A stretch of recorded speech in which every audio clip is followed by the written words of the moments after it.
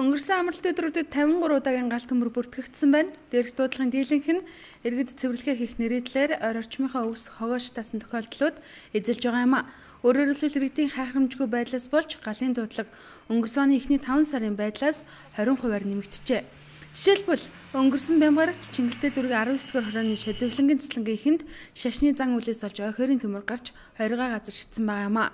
Ер нь иргэдэд анхааруулж хэлэхэд энэ хавар намрын хуурайшилтай байгаа үеүүдэд орчин тойрныхоо цэвэрлэгээ хийхдээ заавал шатаахгүй байх юм аргыг хэрэглэж бас цэвэрлэгээ хийгээчээд ихгүйгээр зөвхөн шатаавал одоо үүс ногоон зөв ургадын сайхан ургадын маш хурдан хялбар байдлаар одоо цэвэрлэдэг гэсэн ойлголт нь бас буруу юм аа.